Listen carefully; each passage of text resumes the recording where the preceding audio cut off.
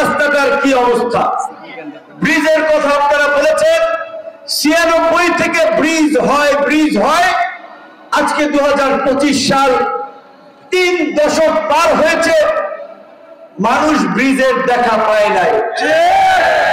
আমি এর পূর্বে বলেছিলাম যে এইখান থেকে ওই পার নদী পার স্কুলে যাওয়ার জন্য তেমন মানুষকে হয়রানির শিকার হতে হয়, 10 টাকা দিতে হয়। এটা জুলুম, এটা উচিত না, এটা ন্যায্য না। প্রত্যেকটা লঞ্চ ঘাট খেয়ে ঘাটে যেভাবে মানুষকে ব্যাগ দিলেও যে ইজারাদাররা যেভাবে টাকা নেন, মানুষকে হয়রানি করে, মানুষ রক্ত পানি করে বউ বাচ্চা নিয়ে তরমুজ চাষ করে, সেই তরমুজ দেখা যায় নেওয়ার জন্য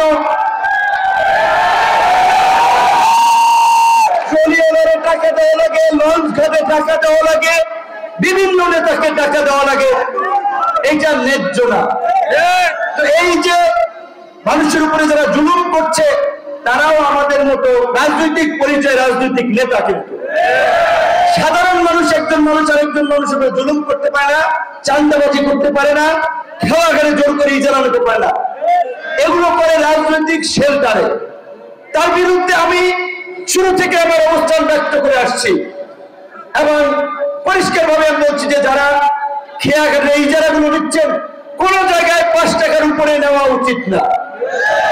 এখন তাদেরকে যে থামাবো, ভাই, আমি তো অফিসিয়াল জনপ্রতিনিধি না যে তাদের লাইসেন্সটা ক্যান্সেল করে দেবো। আমি কথা বলতে পারি, আপনাদের পক্ষে অবস্থান নিতে পারি, আন্দোলন করতে পারি, যেটা এই যাবৎকাল করে আজকের এই পরিবর্তিত বাংলাদেশ, আজকে এই দেশের মানুষকে আমরা উপহার দিয়েছি।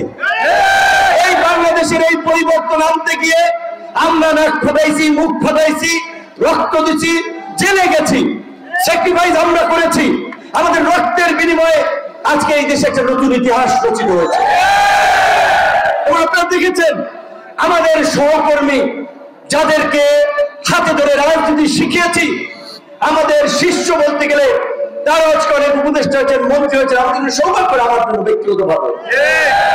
এবং তারা সেই কৃতজ্ঞতা বোধ থেকেও কিছু কাজ করেছেন আপনাদের এলাকার জন্য। যেমন জানেন, এই যে কিছুদিন আগেও আমাদের এই এলাকার কিছু রাস্তার সংস্কার, আধা পাকা রাস্তা, পিচ উঠে গেছে, কিছু আপনার টিউবওয়েল, কিছু আপনার এই আপনার মসজিদ, মন্দির সংস্কারে প্রায় 3 লক্ষ টাকা করে বেশ কিছু প্রতিষ্ঠানে বাজেট দিয়েছে। আমি দেইনি, সরকারের টাকা আমরা একটা তদবির করে আমাদের কানেক্টিভিটিকে কাজে লাগিয়ে মানুষের জন্য আনার চেষ্টা করেছি।